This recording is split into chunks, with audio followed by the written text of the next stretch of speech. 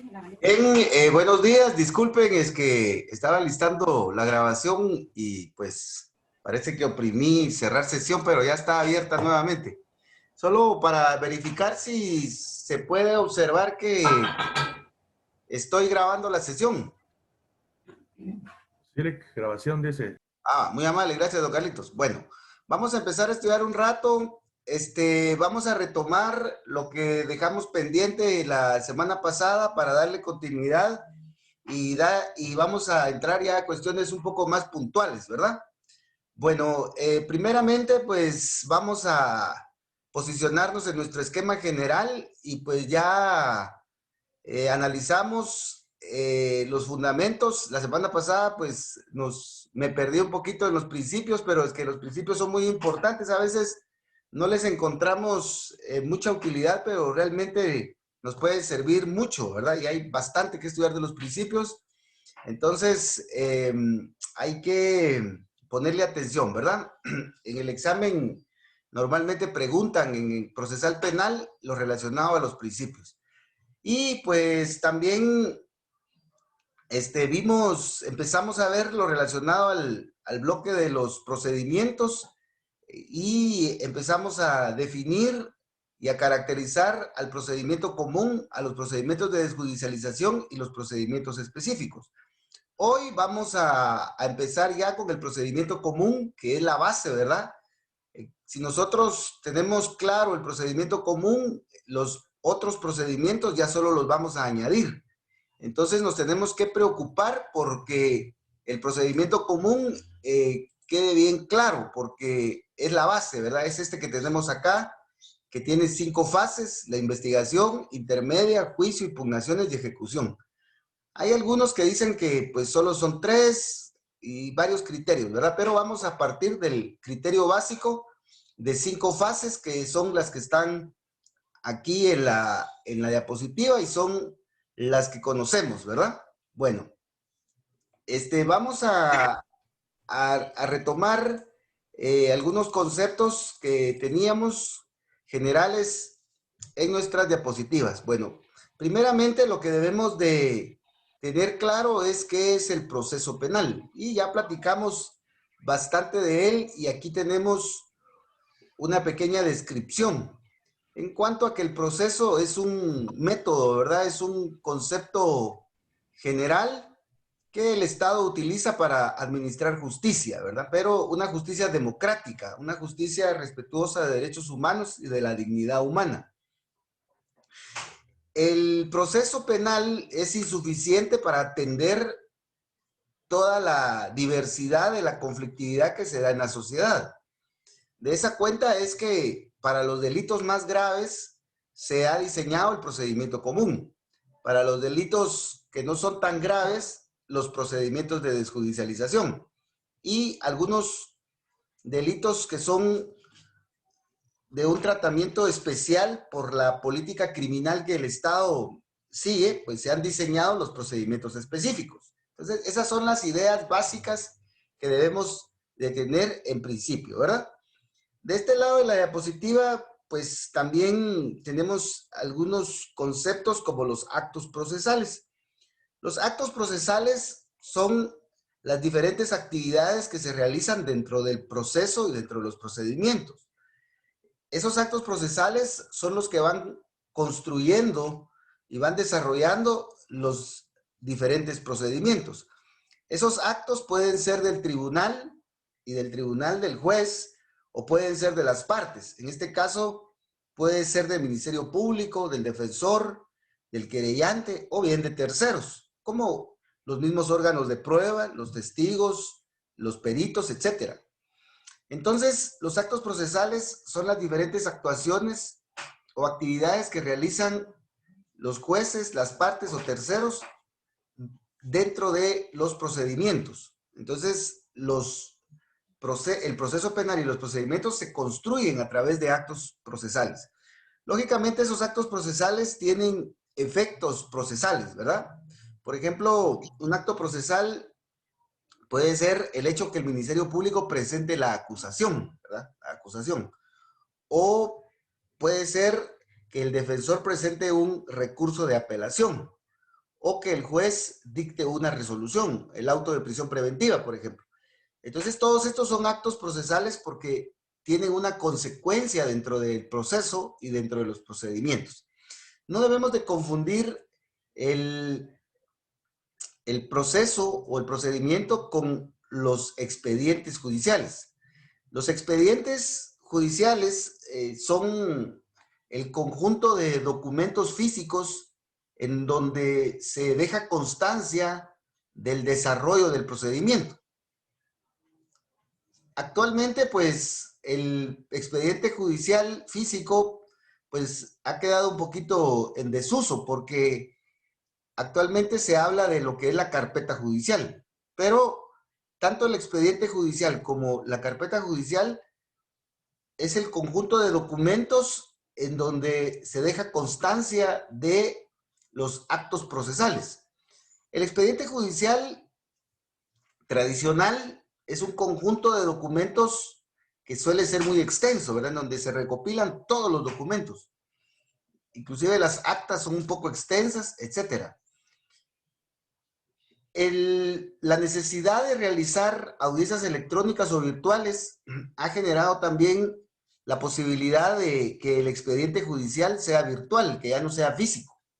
Sin embargo, pues todavía existen en los tribunales los expedientes judiciales físicos. Los virtuales todavía no se están utilizando en Guatemala.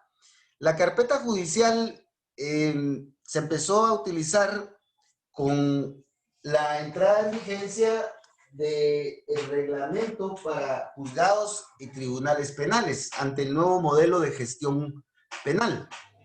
En la carpeta judicial lo que pretende es ya no tener un expediente voluminoso, sino tener un conjunto de documentos en donde se sintetice los actos procesales más importantes del procedimiento.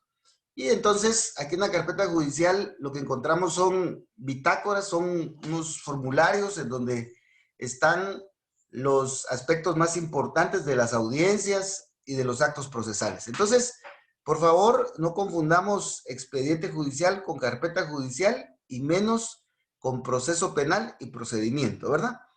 Para los que tienen un poco de experiencia o tienen experiencia en los tribunales, pues no es muy complicado esto, ¿verdad? Pero para los que no tienen o no se han desempeñado en el ámbito judicial, pues puede haber cierta confusión y hay que tener cuidado, ¿verdad? Bueno, entonces, hechas estas advertencias y recordando estos conceptos, ahora vamos a entrar en mayores detalles. Bueno, dijimos que el procedimiento común que detalla una serie de actos procesales es muy extenso, ¿verdad? Es el más extenso que tenemos en el proceso penal.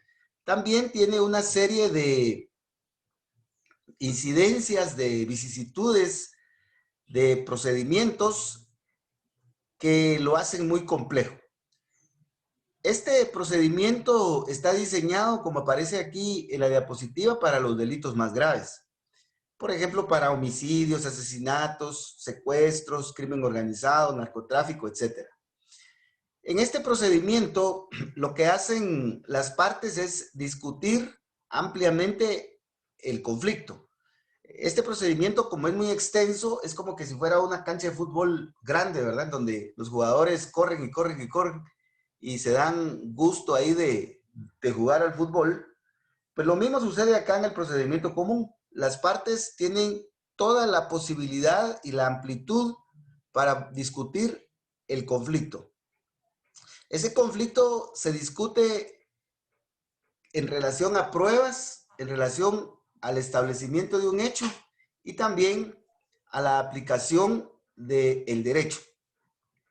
La discusión del conflicto penal, que se basa en la existencia o inexistencia de un hecho punible y la posible responsabilidad del sindicado, esa discusión no debe de extralimitarse o no debe de, como decimos los chapines, salirse del canasto, ¿verdad? Sino que la discusión debe de mantenerse en un círculo técnico ¿Y cuál es ese círculo? Pues primeramente se debe de discutir acerca de pruebas, se deben de llevar pruebas. Entonces el Ministerio Público debe de ir a buscar las pruebas, debe de llevarlas al proceso y tratar de introducirlas al proceso, y la defensa tiene el derecho de discutirlas sobre su legalidad, su legitimidad, sobre su pertinencia, etcétera. Lo mismo sucede con la víctima, ¿verdad? Entonces, el tema de la prueba forma parte de la discusión del conflicto. Pero, ¿qué vamos a extraer de esas pruebas? De esas pruebas podemos extraer hechos y circunstancias. Y esos hechos también son objeto de discusión en el conflicto, desde el primer momento, ¿verdad? Hasta el final. Y en el conflicto también se va a discutir el derecho, es decir, las normas que se deben de aplicar para resolver el conflicto. Por ejemplo, el Ministerio Público puede indicar de que se debe de aplicar el artículo 123 y del Código Penal y tipificar el hecho en homicidio y dictar auto de procesamiento por homicidio. Entonces, en ese caso, el Ministerio Público está invocando el derecho para ser aplicado al caso concreto. El defensor, por ejemplo, en la primera declaración puede indicar de que se declare la falta de mérito y que se ordene la libertad del sindicado. Consecuentemente, que se aplique el artículo 272. Entonces, aquí nosotros lo que podemos observar es una discusión acerca de la aplicación del derecho en la primera declaración.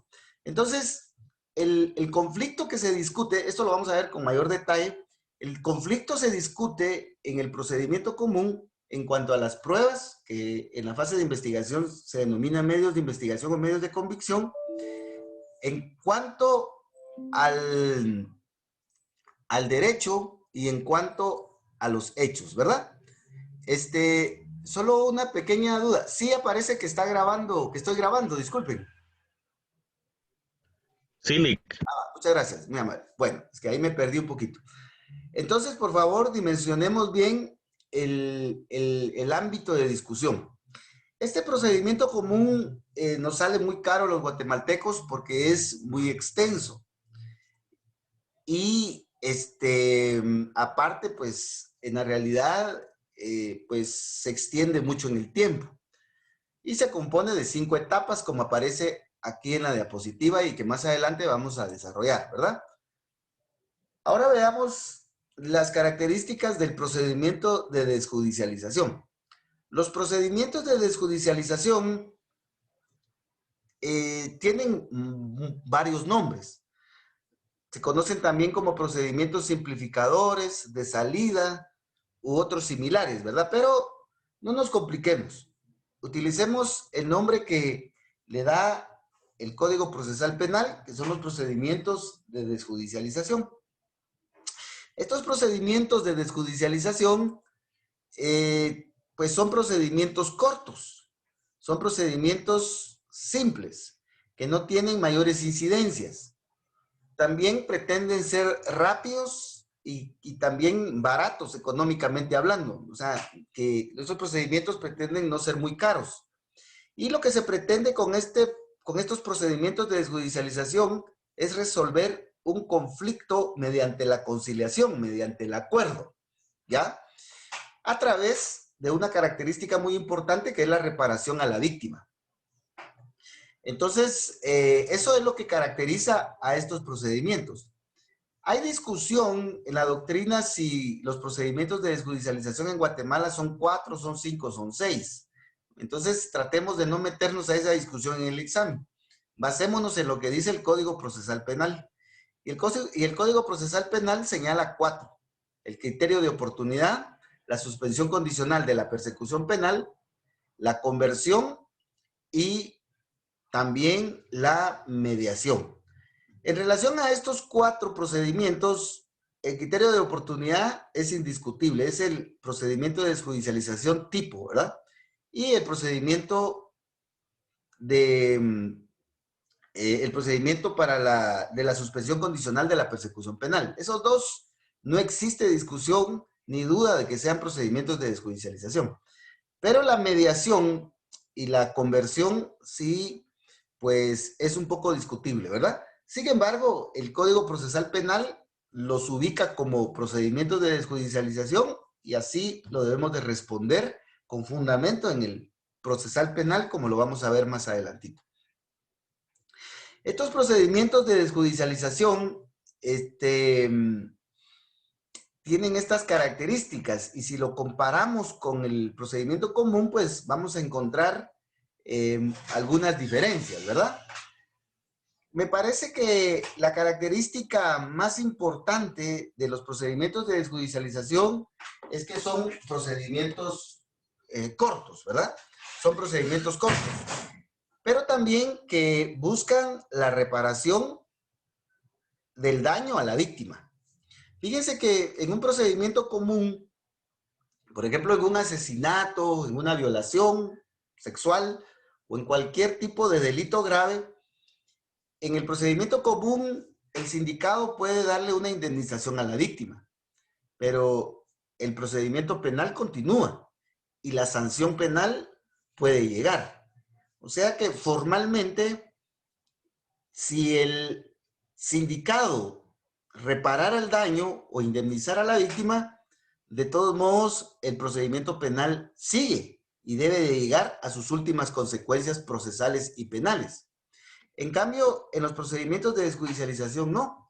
En los procedimientos de desjudicialización, si el sindicado indemniza a la víctima o repara el daño causado, esa reparación tiene un efecto de finalización del proceso. Entonces, esa es una diferencia muy importante que ustedes deben de manejar. Bueno, ¿y por qué? Bueno, eso obedece al sistema que nosotros hemos adoptado, al modelo político criminal que hemos adoptado y que pues ustedes van a estudiar en sus posgrados de Derecho Penal y Procesal Penal. Hace algún par de años me recuerdo que fui a dar un curso a un posgrado y pues el curso se llama de medidas desjudicializadoras. Es decir, que en ese curso, durante 6 meses, solo nos dedicamos a estudiar los procedimientos de desjudicialización. Entonces, solo con esto les quiero ilustrar los detalles y la profundidad que tiene este tema, ¿verdad? Pero por el momento solo vamos a ver la parte superficial para el manejo de los procedimientos. Bueno, seguidamente tenemos los procedimientos específicos. Estos procedimientos específicos, pues algunos son cortos, otros son muy largos, pero no dependen mucho de su extensión o su complejidad para caracterizarlos. Lo que debemos de tener en cuenta aquí en estos procedimientos específicos es que estos procedimientos están diseñados para atender determinados delitos que por su naturaleza el Estado ha considerado que necesita procedimientos especiales. Entonces, esto ya va a depender de las consideraciones del Estado en cuanto a que esos conflictos o esos delitos sean atendidos de una manera especial. Entonces, por eso son procedimientos específicos. Y en el Código Procesal Penal hay varios, ¿verdad? Por ejemplo, el juicio por faltas. Entonces, si hay un relajo de bolos ahí en esquina, no vamos a gastarnos tanto dinero los guatemaltecos como un procedimiento común, sino que vamos a aplicar un procedimiento específico, especial, para atender ese problema porque es una falta penal, ¿verdad? O en el caso de los juicios por delitos de acción privada, por ejemplo, uno de los más comunes es el de estafa mediante cheque. El Estado ha considerado que para atender los delitos de estafa mediante cheque no vamos a desarrollar un procedimiento común, sino que vamos a atender ese conflicto penal, ese supuesto delito que se ha cometido con un procedimiento especial, que es el juicio para la aplicación, juicio por delitos de acción privada. Y así vamos a encontrar una serie de procedimientos que pretenden atender algunos delitos que por su naturaleza necesitan una atención especial. Esto tiene que ver con las consideraciones político-criminales que haga el Estado, ¿verdad? Y de hecho, pues, tenemos pendiente un procedimiento que está suspendido por la Corte de Constitucionalidad a la presente fecha y es el procedimiento de aceptación de cargos.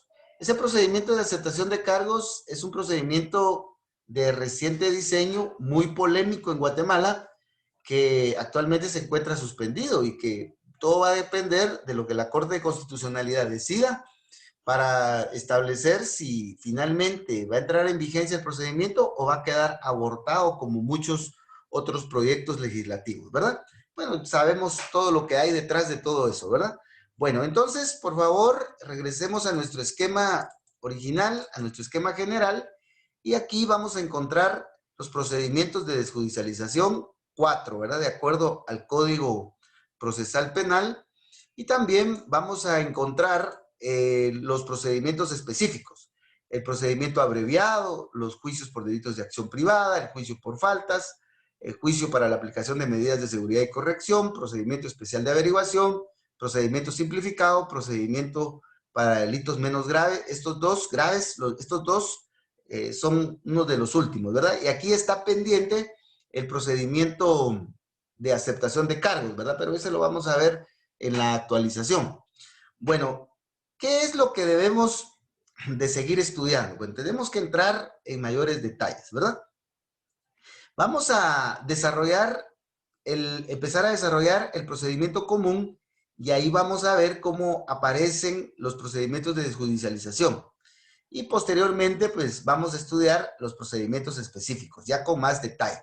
Pero, ¿qué vamos a estudiar y en qué orden? Porque debemos de tener un orden para recordarnos en el examen, ¿verdad? Bueno, primeramente debemos de identificar que la fase de investigación tiene un inicio. Entonces, aquí les voy a señalar con el punto rojo que la fase de investigación tiene un inicio, se desarrolla y finaliza. Debemos de recordar de que el procedimiento común o todo el proceso penal está inspirado en el principio de justicia justicia en un plazo razonable, es decir, que la justicia debe de llegar lo más rápido posible. Y también está inspirado en el principio de justicia pronta y cumplida, que está en nuestra Constitución. El de plazo razonable está en los tratados y convenios internacionales y el de justicia pronta y cumplida en la Constitución.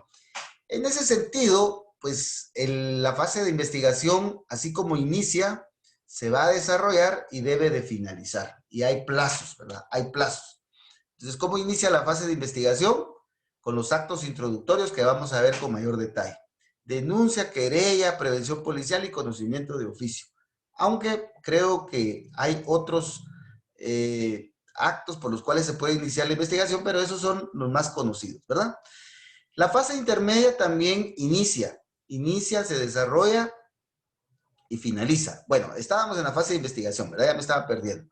Entonces, la fase de investigación inicia con los actos introductorios, se desarrolla, aquí aparece la primera declaración, por ejemplo, aparece el auto de procesamiento, el auto de medidas de coerción, el plazo para finalizar la investigación, pero la fase de investigación también debe finalizar. De hecho, el juez le pone un plazo al Ministerio Público para que finalice la investigación. ¿Y cómo finaliza la investigación? Con los actos conclusivos, ¿verdad?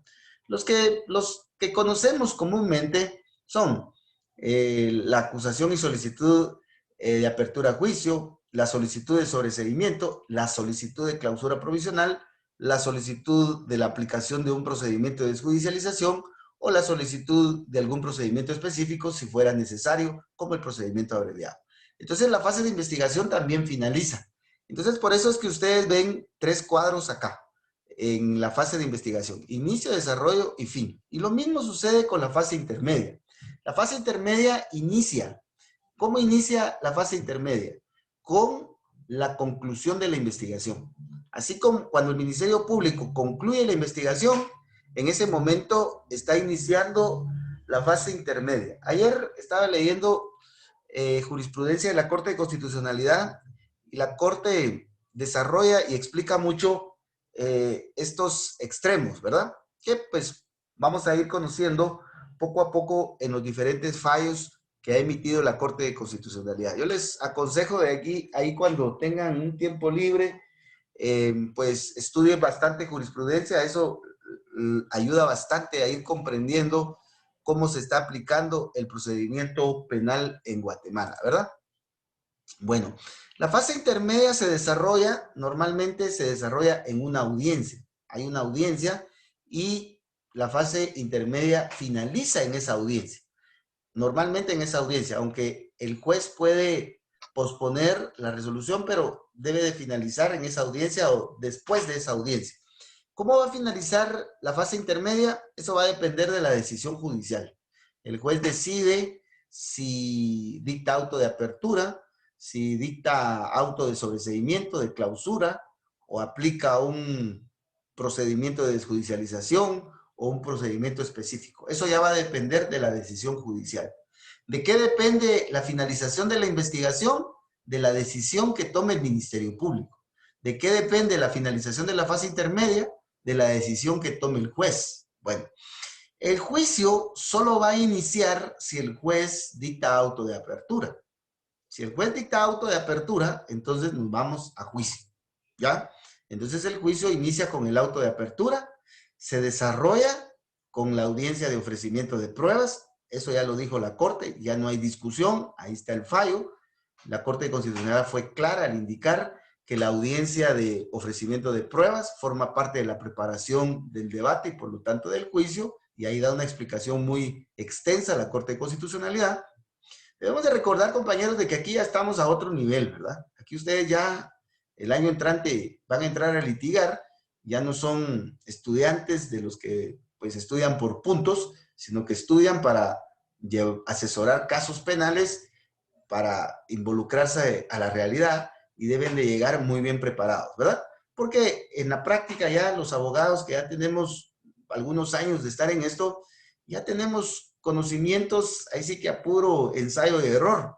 Entonces ustedes se tienen que enfrentar, discúlpenme que se los diga de esa manera, pero es real a nosotros, ¿verdad? Los que ya tenemos una serie de, como decimos, mañitas, ¿verdad? Y ya sabemos un poco del procedimiento, porque hemos aprendido en base a ensayo de error.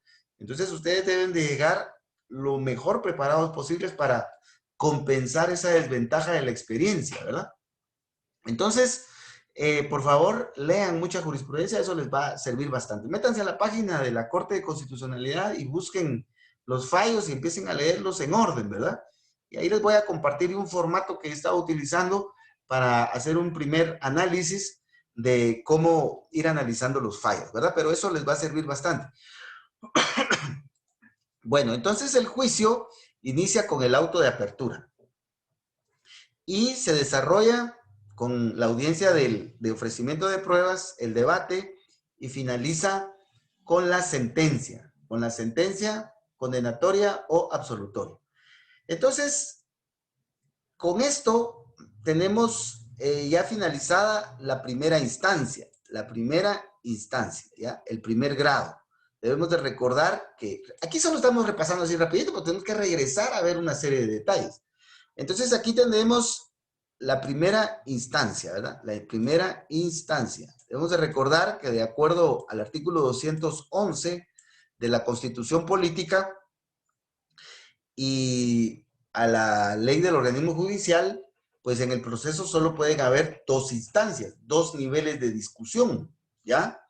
Entonces aquí se agota el primer nivel y entonces podemos pasar a un segundo nivel a través del recurso de apelación especial, ¿ya? Es como, por ejemplo, cuando los hijos piden permiso en la casa, ¿verdad? Para ir a la disco.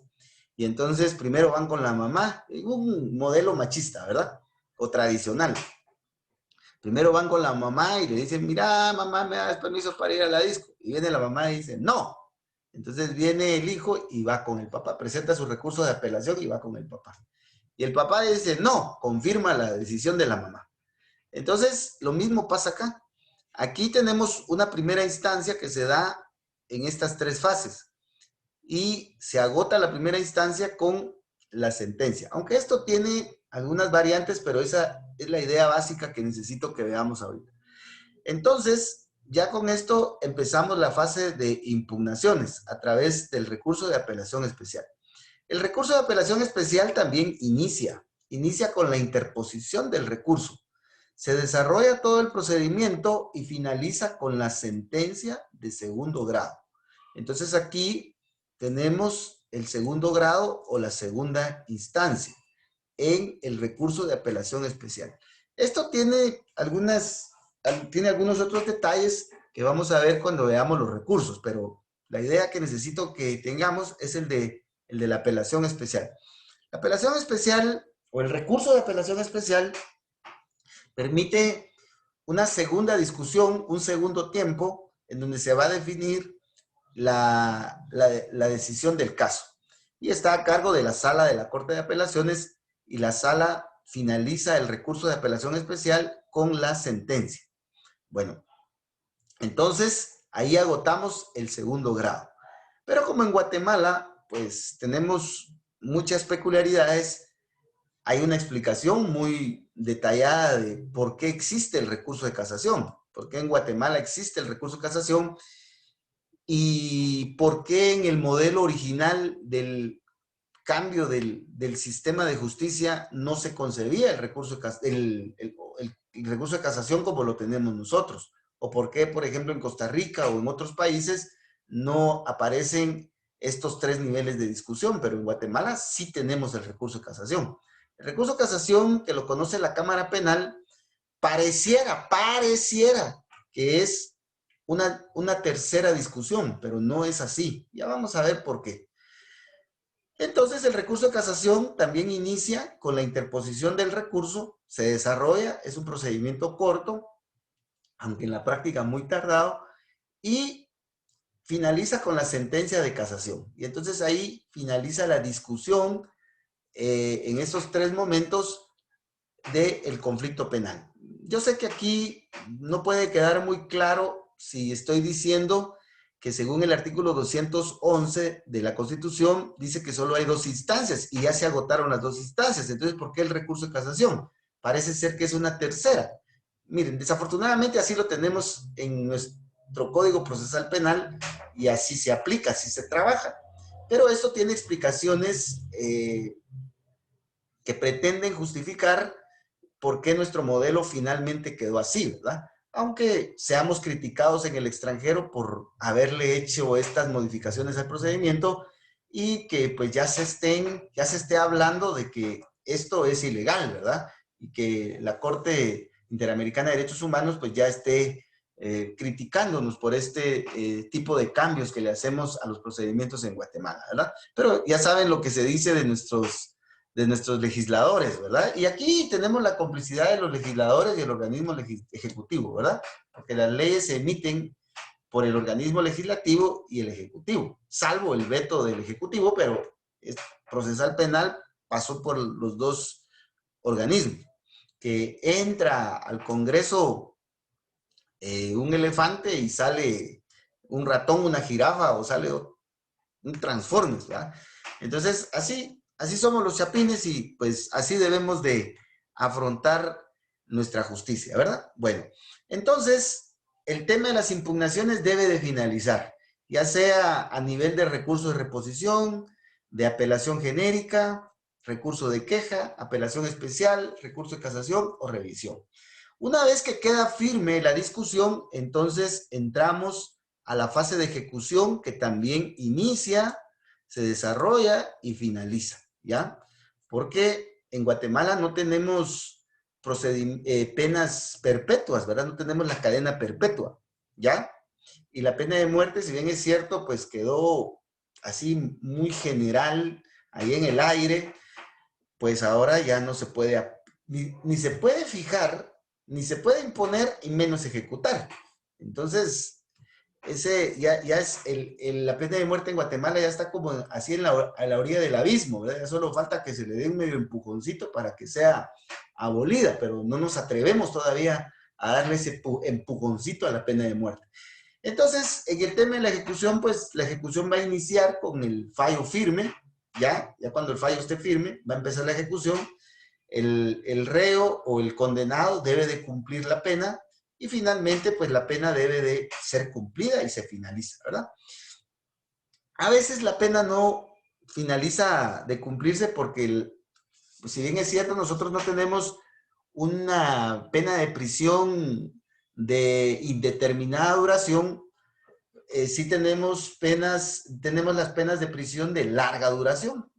La pena de prisión puede llegar hasta 50 años, más 18 años mínimo de la persona condenada, pues ya van 68. Y la expectativa de vida en Guatemala es de 50, 60. Entonces, prácticamente las personas tienen posibilidades de morir en prisión, ¿verdad? Pero bueno, esto ya es otro tema, otra línea de análisis, pero lo que necesito, por favor, es que veamos en el procedimiento común siempre cómo inicia, cómo se desarrolla y cómo finaliza. No solo el procedimiento común en general, sino que cada una de sus fases. Eso es algo muy importante, ¿verdad? Ahí debemos de ir controlando estos detalles. Ahora veamos el procedimiento de los procedimientos de desjudicialización. De la misma manera, el procedimiento o el criterio de oportunidad inicia. ¿Cómo inicia? A través de que alguien lo solicita.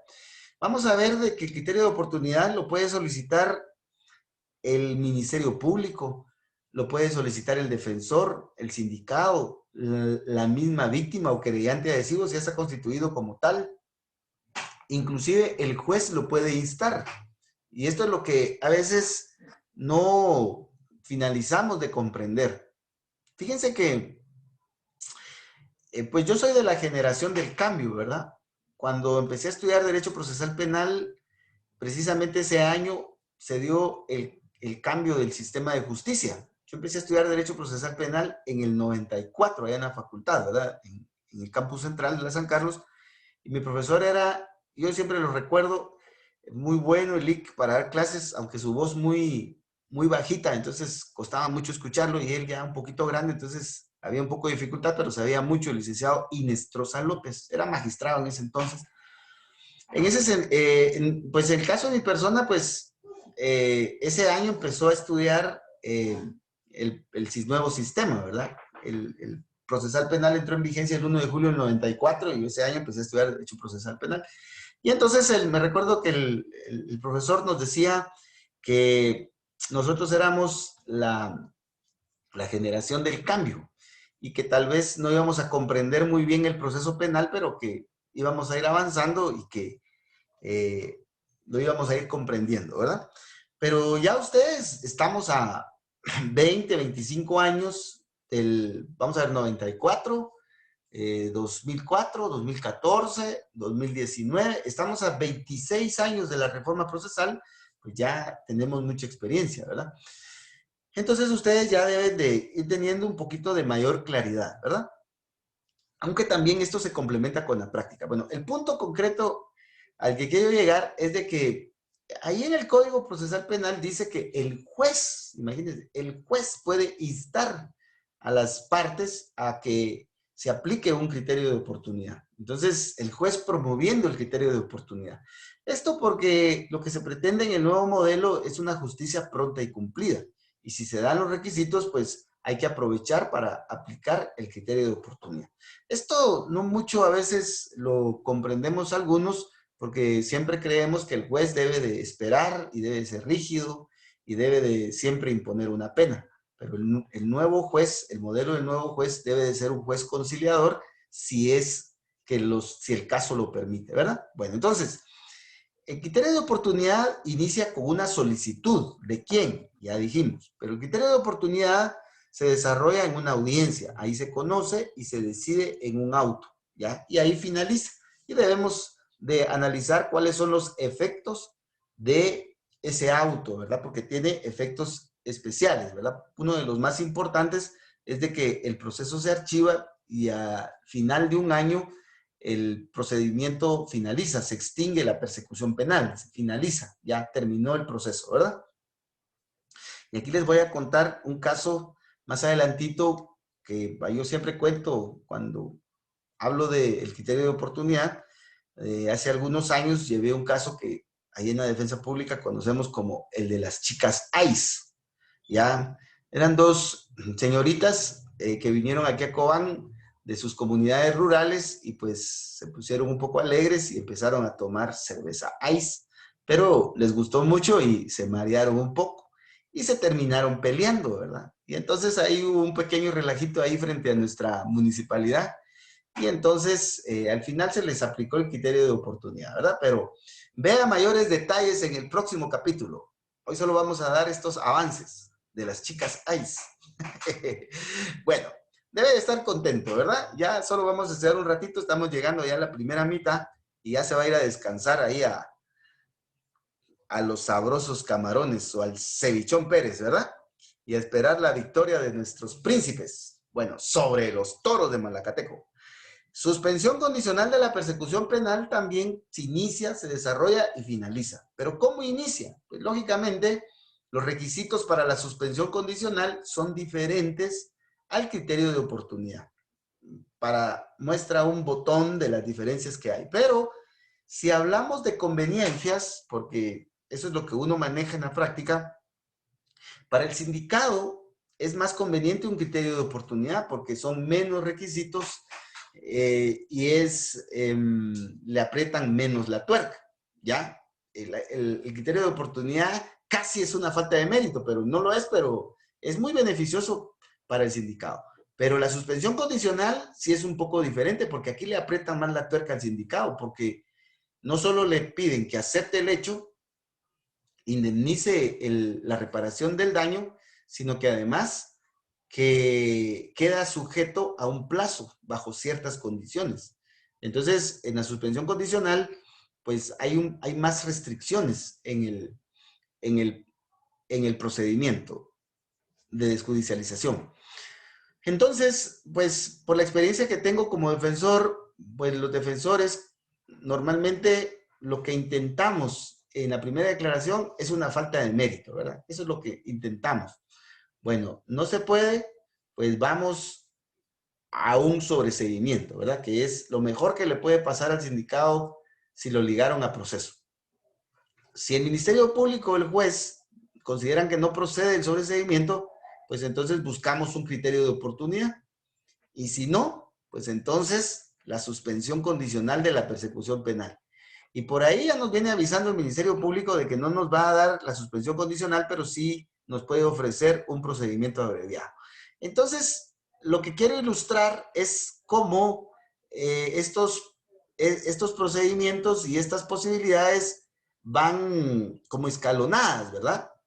En cuanto a lo que puede beneficiar al sindicato, ¿ya? La conversión y la mediación también tienen su forma de iniciar, cumplir ciertos requisitos, se desarrollan y finalizan, ¿verdad? Como les dije, estos dos procedimientos de desjudicialización, la conversión y la mediación, se clasifican acá en el Código Procesal Penal, pero en la doctrina hay discusión si realmente son procedimientos de desjudicialización o no. Pero en los dimes y diretes, pues el procesal penal ahí los ubica y mejor respetemos ese criterio, ¿verdad? No nos compliquemos. Ahora veamos los procedimientos específicos. Los procedimientos específicos, todos tienen una forma especial de inicio. Por ejemplo, el procedimiento abreviado inicia con la acusación en procedimiento abreviado, sin solicitud de apertura a juicio. El juicio por delitos de acción privada inicia con una querella acusación. El juicio por faltas normalmente por una denuncia o por una prevención policial, o inclusive puede iniciar de oficio. El juicio para la aplicación de medidas de seguridad y corrección inicia con una solicitud de apertura a juicio. El procedimiento especial de averiguación inicia con un mandato que emite la Cámara Penal para instruir una averiguación por un posible secuestro. El procedimiento simplificado es mero especial, pero inicia con la solicitud del Ministerio Público. Y el procedimiento para delitos menos graves, que pues hay varios criterios, pero el que se está utilizando bastante es el requerimiento del Ministerio Público, ¿verdad? A través de una acusación. Entonces, cada uno de estos procedimientos se desarrolla, tiene su procedimiento específico y debe de llegar a un final, ¿verdad? El procedimiento abreviado puede finalizar con una sentencia condenatoria o con una sentencia absolutoria. El juicio de acción privada, igual. El juicio por faltas, igual. El juicio para la aplicación de medidas de seguridad y corrección también puede finalizar con una sentencia condenatoria o absolutoria y la aplicación de medidas de seguridad. El procedimiento especial de averiguación puede finalizar con una sentencia condenatoria o absolutoria. El procedimiento simplificado con el auto de apertura o bien con el sobreseimiento o la clausura. Y el procedimiento para delitos menos graves con una sentencia condenatoria o absolutoria. Entonces, por favor, ¿qué necesito que veamos acá? Lo que necesito que veamos es cómo inicia, cómo se desarrolla y cómo finaliza cada uno de estos procedimientos y en el caso del procedimiento común, cada una de sus fases. Eso es muy importante. Eso es lo que debemos de analizar, ¿verdad? Y ahí le tengo yo cuadritos bien ordenaditos para que usted vaya viendo todos esos requisitos, ¿verdad? Y los vaya manejando en los casos que le puedan plantear en su examen o ya en su ejercicio profesional, que ahí es en donde más le va a servir este tema, ¿verdad? Bueno, vamos a seguir avanzando. Yo me preocupo más porque, pues, comprendan cómo manejar los procedimientos más que memorizarse las etapas, ¿verdad? Porque eso lo hacen rápido y es más fácil memorizarse las etapas y los procedimientos si comprendemos cómo utilizar los mismos, ¿verdad? Bueno, entonces vamos a empezar por el procedimiento común. Porque el procedimiento común es la base y sobre él se construyen todos los demás procedimientos, ¿verdad? Bueno, ya vamos entrando a la segunda mitad de nuestra sesión. Vamos a seguir avanzando. Entonces vamos a empezar por la fase de investigación. Bueno, en relación a la fase de investigación, hay mucho que estudiar, ¿verdad? Hay mucho que estudiar, pero vamos a empezar a ser bastante puntuales. Bueno, vamos a trasladarnos a otra diapositiva que va a desarrollar solo esta parte, el procedimiento común. Vamos a buscar nuestra diapositiva y aquí tenemos la número 11. La número 11.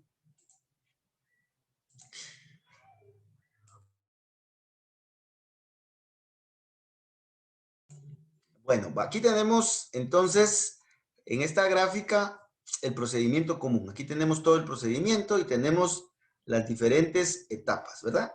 La fase de investigación inicia, se desarrolla y finaliza, ¿ya? Bueno, la fase de investigación recibe otros nombres en la doctrina y en el Código Procesal Penal y en las leyes. A la fase de investigación también se le llama o se le conoce como fase inicial, como fase preliminar, como fase de instrucción, como primera fase, o sea, recibe muchos nombres. Pero para mayor ilustración, vamos a denominarla fase de investigación, ¿verdad? Fase de investigación. Veamos el artículo 309, por favor, que ese artículo es el básico en la fase de investigación y veamos cómo le llama este artículo. Dice procedimiento preparatorio, dice. Procedimiento preparatorio. Cuando habla de procedimiento preparatorio, está refiriéndose a la fase de investigación. Y entre paréntesis dice instrucción, es decir, fase de instrucción. Instrucción es investigar, ya averiguar. Aunque el término es bastante inquisitivo, pero aún le llama instrucción. Y veamos en el artículo 309, ahí dice investigación. Entonces, en este artículo, por favor, este 309 es clave en la fase de investigación. Tenemos tres denominaciones, ¿verdad? Investigación, fase preparatoria o fase de instrucción. Entonces, este 309 es básico. Entonces el examinador le puede preguntar, mire, ¿qué nombre recibe esta primera fase del procedimiento común? Y entonces ahí tiene el fundamento legal, ¿verdad? Bueno, la fase intermedia, pues así le llama nuestro Código Procesal Penal. Ahí no tenemos mucho problema. Veamos el artículo 332. Estos artículos sí memoríceselos porque fíjese que sí le va a, son la base. Entonces, estos sí los debe de dominar bien, debe de recordar, ¿verdad? Veamos el artículo 332 y en el segundo párrafo dice la etapa intermedia. Etapa intermedia, fase intermedia, o inclusive le llama procedimiento intermedio. Estamos hablando de nombres, ¿verdad? Bueno, ahora veamos la siguiente etapa, la tercera, que es el juicio. Aquí se le llama el juicio, ¿verdad? Artículo 348, en el título 3, dice juicio. Y veamos la etapa de las impugnaciones, que en el artículo 398 claramente dice impugnaciones, ¿verdad? Y de ahí nos vamos a la fase de ejecución, que en el artículo 492, en el libro quinto, dice ejecución. Entonces, por favor, para darle el nombre correcto a estas fases, ahí tenemos el fundamento legal, ¿verdad? Entonces, tratemos de denominar las cosas como son.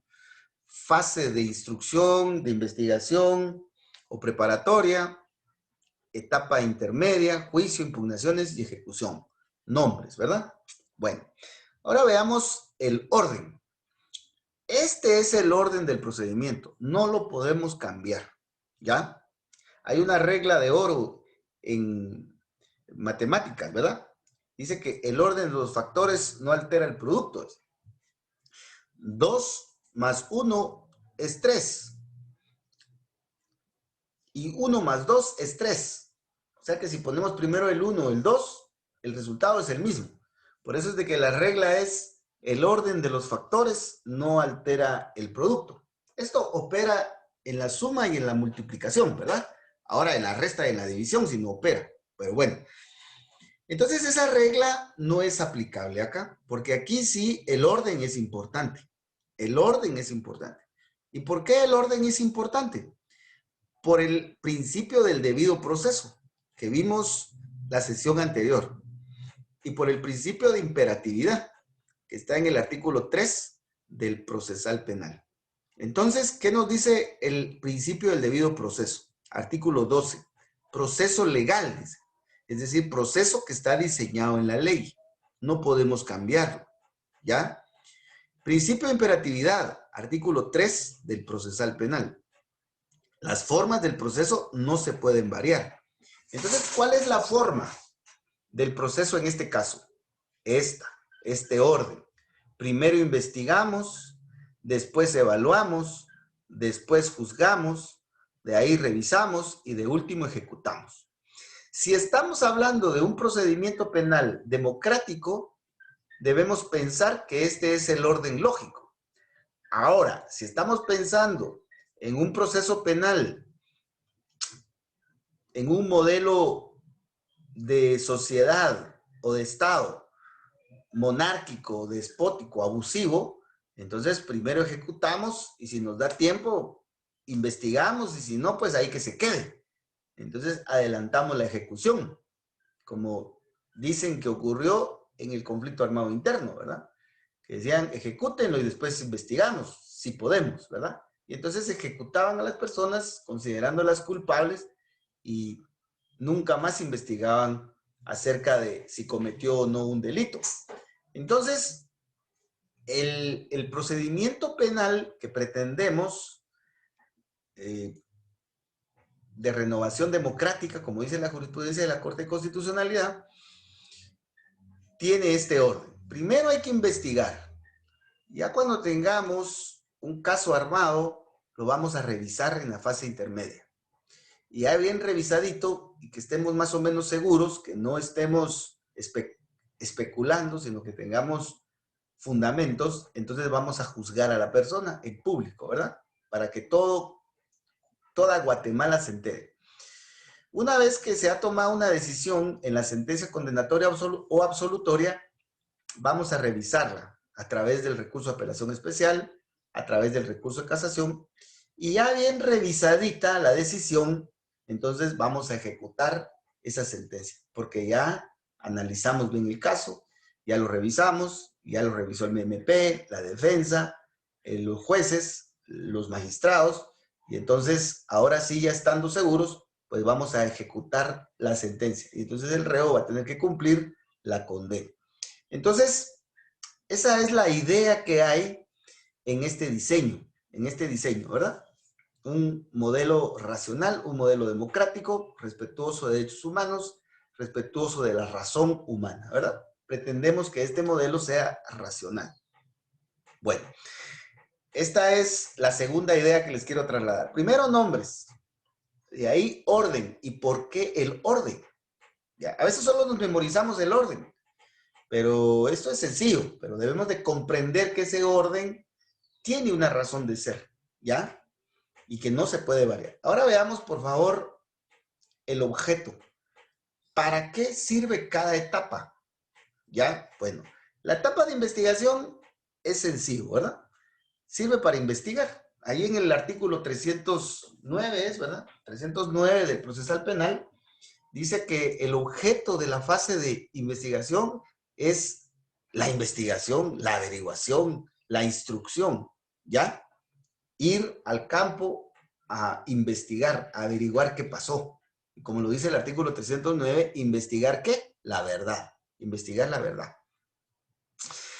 ¿Cuál es el objeto de la fase intermedia? Artículo 332. Esos artículos que se les vayan quedando de una vez. 332, segundo párrafo. El objeto de la fase intermedia es evaluar, ya, evaluar la conclusión que ha planteado el Ministerio Público. Dijimos que la investigación finalizaba con la conclusión del MP. Entonces, discúlpenme que se los diga en esos términos, pero eso es cierto y es evidente, ¿verdad? En nuestro sistema no le tenemos confianza a la Policía Nacional Civil, no le tenemos confianza a nuestro Ministerio Público. Por eso es que le tenemos un contralor que es el juez, ¿ya? Y al juez sí confiamos en él. Entonces, el Ministerio Público concluye, pero es necesario que esa conclusión la revisemos, la evaluemos en la fase intermedia. Entonces, en la fase intermedia, lo que se hace es evaluar la conclusión que ha planteado el Ministerio Público. Ese es el objetivo de esta fase intermedia. Aunque hay otras ideas que rodean este concepto, esa es la base, ¿verdad? La evaluación de la conclusión. ¿Y cuál es el objetivo en la fase del juicio? Aquí, en la fase del juicio, es en donde se hace realidad el juzgamiento de la persona. Veamos el artículo 12 de la Constitución, y ahí dice que nadie puede ser condenado o limitado a sus derechos si antes no ha sido citado, oído y vencido en proceso legal. Eso de ser citado, oído y vencido es juzgamiento, ¿verdad? Vamos a juzgar a la persona. Entonces, en el juicio es en donde se juzga a la persona, ¿ya? Es hasta en el juicio. O sea que el juzgamiento de la persona llega después de una investigación, llega después de la evaluación de esa investigación, hasta ahí llega el juzgamiento.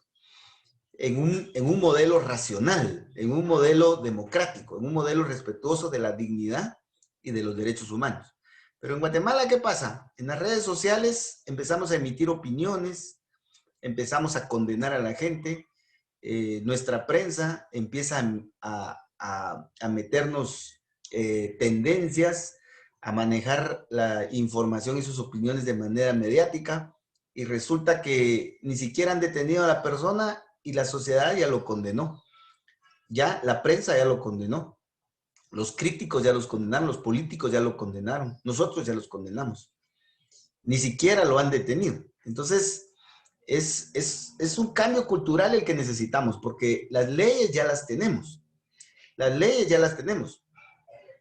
Lo que necesitamos es un cambio de mentalidad, que desafortunadamente, pues eso muchas veces cuesta que llegue por todos los factores que inciden en la justicia, y más en modelos como los de América Latina, que provienen de modelos violentos, corruptos, en donde hay mucha pobreza, extrema pobreza, y hay muchos codazos, ¿verdad? Fuertes entre los diferentes estratos sociales. Pero esto forma parte de la evolución, ¿verdad? Por lo menos, según Alberto Binder, pues ya estamos intentando, después de 25 años, dar el primer paso firme, con un poquito de retrocesos, pero un poco firme, en el nuevo modelo de justicia, ¿verdad? Bueno, hay muchas cosas que decir, pero lo vamos a dejar por ahí.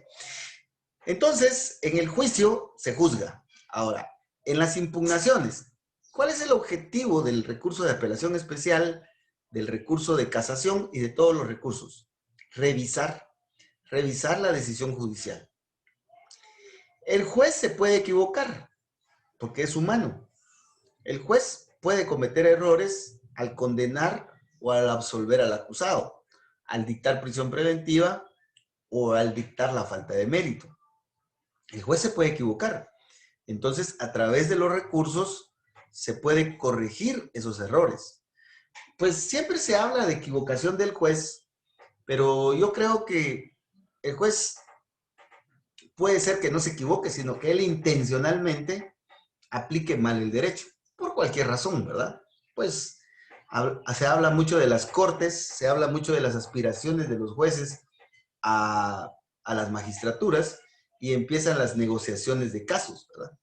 Y entonces los jueces, pues eso es lo que se conoce, ¿verdad? No estoy afirmando nada en concreto, pero es algo que debemos ya empezar a verificar. Puede ser que en algún momento, con algún interés especial o personal o sectorial, pues emitan resoluciones que no estén apegadas a la ley. Y entonces estas también pueden ser impugnadas. Entonces, lo que se hace en las impugnaciones es revisar las decisiones judiciales, revisarlas, para buscar una correcta aplicación de la ley, en este caso de la ley penal. Bueno, ¿cuál es el objeto, el objetivo de la fase de ejecución? Ejecutar, cumplir, hacer. Entonces, no me sirve de nada una sentencia muy bonita en doctrina, jurisprudencia, razonamientos, etcétera, si el reo no cumple su condena. Necesito que el condenado cumpla su condena, porque el artículo 203 dice que la justicia debe de ser, no el 203, sino que más adelantito, la justicia debe de ser pronta y cumplida. Y el artículo 203 dice que los jueces deben de velar por administrar justicia y la ejecución de la misma. O sea, que la justicia debe de ser una realidad. Bueno, entonces, por favor, en este análisis llevamos ya varios aspectos, ¿verdad? Nombres, orden, objeto y fundamentación legal. Eso es muy importante que nosotros lo dominemos, ¿ya? De entrada, lo debemos nosotros de dominar, ¿ya? Por eso les dije que memorizarse el procedimiento es sencillo, pero ya ir barajeando todo de una manera más compleja es un poquito distinto, ¿verdad? Bueno, vamos a empezar entonces, ahora sí, ya con un marco bastante claro. Espero, ¿verdad? Espero. Si no, pues por favor pregunte. Vamos a empezar con la fase de investigación. La fase de investigación, el proceso penal es como un embudo, que tiene así al principio una boca grande, que se va cerrando y al final se vuelve un conducto así muy estrecho, ¿verdad? Entonces, es más o menos así el procedimiento común la fase de investigación tiene muchas posibilidades, las más amplias posibilidades de discusión, pero de ahí se va cerrando hasta llegar a la ejecución, ¿ya? Por eso es de que en la fase de investigación nos vamos a tardar un poquito porque eh, hay mucho que estudiar, ¿verdad? Y pues ya estamos finalizando el primer mes y dice, mire, Lick, ni siquiera hemos empezado con la fase de investigación, pero es que mire, pues, me preocupan los fundamentos, o sea, que comprenda los fundamentos. Ya usted con buenos fundamentos, lo demás solo lo lee porque ya es más sencillo. Pero si no tiene claro los fundamentos, aunque lea y lea y lea y memorice, esto no va a funcionar, ¿verdad? Bueno, entonces por favor veamos la fase de investigación. ¿Cómo inicia, cómo se desarrolla y cómo concluye?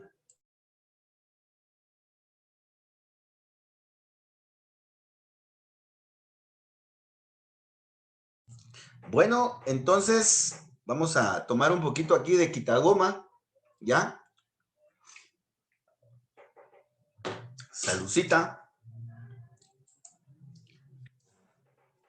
Usted acomódese, ya estamos llegando a la parte final de nuestra sesión de hoy, pero vamos a avanzar. Aquí tenemos parte de la fase de investigación. Tenemos fase de investigación, la primera parte, y aquí tenemos la segunda parte en donde empieza ya la fase intermedia. Entonces, identifiquemos la fase de investigación, pues se dice que inicia con los actos introductorios que tenemos acá. Aquí tenemos el desarrollo específico y principal de la fase de investigación. Aquí tenemos la continuidad y tenemos la finalización de la fase de investigación con los actos conclusivos por parte del Ministerio Público, que eso es lo que debemos empezar a estudiar hoy, ¿verdad? Bueno, aquí hay muchas cosas que nosotros debemos de retomar, ¿verdad? O tal vez algunas cosas que debemos de empezar a analizar y ver para comprender por qué el proceso es como es y por qué los jueces muchas veces toman las decisiones que toman y no estamos de acuerdo, pero es porque no comprendemos el diseño de fondo del procedimiento penal. He escuchado algunas declaraciones de algunas personas o inclusive de colegas que dicen, pero es que miren, no hay ni siquiera testigos, no hay ni siquiera testigos presenciales y lo dejaron ligado a proceso, le dictaron prisión preventiva. Entonces esto tiene una explicación. Lo que sucede es que en la fase de investigación el juez no necesita tener un convencimiento completo o una certeza o una convicción total de la responsabilidad del sindicado. Con que el juez tenga una sospecha positiva o una probabilidad positiva de que tal vez el sindicado participó en el hecho, es suficiente para ligarlo a proceso y dictarle prisión preventiva. Entonces, eso tiene que ver mucho con el tema de la verdad en la fase de investigación y el tema de la verdad en la fase del juicio, ¿ya? Bueno, hay un caso muy famoso que, pues, como ya es de la prensa, pues, me permito ponerlo de ejemplo. Resulta que, pues, hubo un desafortunado eh, asesinato de un funcionario judicial y resulta que hubo un detenido, pero parece ser que el juez dictó la falta de mérito. Entonces, seguramente, pues habría que conocer el caso. Antes yo no puedo opinar si tiene razón o no porque no conozco el caso, los detalles, pero seguramente el juez consideró de que en ese momento de la audiencia no habían los suficientes indicios, el suficiente fundamento para creer que ese sindicado posiblemente haya participado en el hecho, ¿ya? Entonces, seguramente esa fue la razón del juez. Y en todo caso debemos de recordar de que esa decisión la puede revisar una sala. Entonces el Ministerio Público, pues en ese caso, pudo haber presentado el recurso de apelación. Entonces, por favor, para no perderme, lo que necesito es que veamos todo lo que acontece y por qué acontece y para qué acontece en la fase de investigación, ¿verdad? Porque recuerden que ustedes van a ser fiscales, van a ser defensores, privados o públicos, van a ser abogados de la víctima. Pues me parece, ayer estaba viendo en redes sociales que ayer tuvimos la visita de la directora del Instituto de la Víctima, ya el Instituto de la Víctima viene, seguramente va a contratar abogados. Entonces, ustedes van a ser abogados de la víctima, ya sea desde sus despachos privados o como agentes públicos, van a ser jueces, magistrados, etcétera. Entonces, deben de tener mucha claridad sobre este aspecto, ¿verdad? Bueno, entonces, veamos que en la doctrina y en la ley, y ahí en la U, nos han dicho que la fase de investigación inicia con los actos introductorios, ¿ya? Y que los actos introductorios son la denuncia, la querella, la prevención policial y el conocimiento de oficio, ¿ya? Y eso es absolutamente cierto, ¿ya? Aunque no totalmente, en mi opinión, pero es absolutamente cierto. Entonces, cuando el examinador le diga, ¿cómo inicia la fase de investigación? Con los actos introductorios. No se regale también, ¿verdad? No se regale. Entonces, para que él le pregunte, ¿y cuáles son esos actos introductorios? Entonces, usted le menciona estos 4. Si él le dice, ¿y solo esos 4 hay? Pues entonces, ahí pueden haber otros que usted le puede mencionar para ver qué le parece, ¿verdad? Ahora, si no le pregunta, pues solo déjelo con esos 4, que es la doctrina básica, ¿verdad? Y después el examinador le puede preguntar que la denuncia, que la querella, que la prevención policial, que es el conocimiento de oficio, que lo ubique en el código, y por ahí podría ir agotando este tema. Es un poco difícil que el examinador le diga, mire, recíteme una denuncia, o mire, aquí hay una computadora y tecléeme una prevención policial. Es muy difícil. Yo creo que con estas preguntas el examinador debiera de quedar satisfecho y seguir con el examen, ¿verdad? Pero a lo que quiero llegar, por favor, es que la fase de investigación inicia con los actos introductorios que están acá y que vamos a ver aquí con mayor detalle en este cuadrito que les tengo preparados. Pero, por favor, para que se den los actos introductorios, es necesario que antes haya ocurrido un hecho punible. Es necesario que antes exista la posible comisión de un hecho punible. Es la posible comisión. Entonces, antes de los actos introductorios, debe existir la posible comisión de un hecho punible. ¿Y qué es lo que tenemos aquí? Aquí tenemos el principio de posterioridad del artículo 6.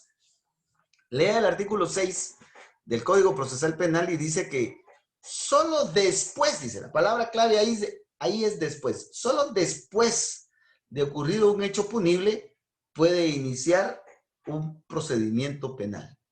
Entonces, solo si tenemos la noticia de que mataron a alguien, que acaban de asaltar una tienda, que acaban de violar a una persona o que acaban de asaltar a una persona, solo con enterarnos que existe la posibilidad de la comisión de un hecho punible, entonces puede iniciar el procedimiento con los actos introductorios. ¿Y aquí qué tenemos? El principio de posterioridad, ¿ya?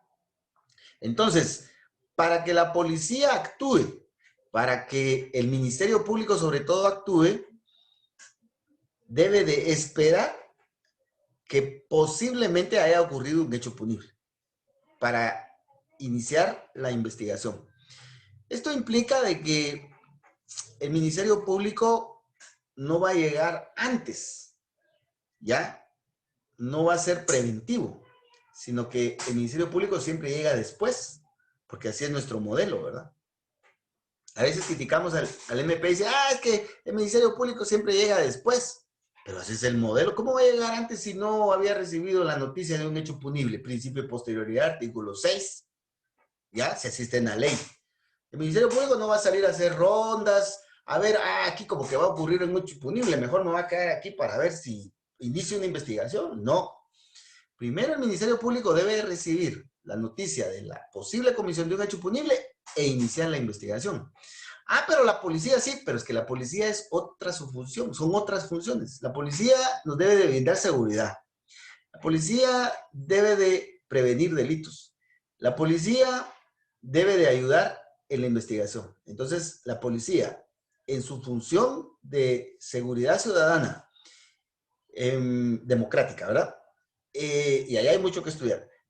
Y en su función de prevención, la policía, ellos sí van a estar ahí en las manifestaciones, viendo que los muchachos no se salgan mucho del canasto y detener si es necesario, porque es la policía. Entonces, yo no sé, discúlpenme, pero esta información es pública, o corríjame, por favor, corríjame. En esos disturbios que hubo la semana pasada en la capital, en el Congreso, si ahí habían funcionarios del Ministerio Público, no habían. Solo habían funcionarios de la policía. El Ministerio Público no, porque pues no recibió ninguna denuncia. ¿Hasta qué momento el Ministerio Público actuó? Cuando ya habían detenidos. Y ahí en las redes sociales y en las noticias apareció que el Ministerio Público había pedido el auto de procesamiento en contra de todos los muchachos, de los patojos detenidos, ¿verdad? Pero ¿por qué lo hizo el Ministerio Público? ¿Por qué el Ministerio Público empezó a actuar? Porque ya habían detenidos, ya había una prevención policial. Pero el Ministerio Público no estaba ahí enfrente al Congreso viendo quiénes iban a cometer delitos, ¿ya? Entonces, por favor, veamos el principio de posterioridad. Es muy importante acá. Por eso, en la semana pasada le dedicamos mucho al tema de los principios, pero los tenemos que ir ubicando aquí en el desarrollo del procedimiento, ¿verdad? Entonces, aquí encontramos puro principio de posterioridad. Bueno, el principio de posterioridad nos indica que para que empiece la investigación con actos introductorios, debe de existir la posible comisión de un hecho punible. Fíjese que el artículo 6 dice la comisión de un hecho punible, pero lo correcto es la posible comisión, porque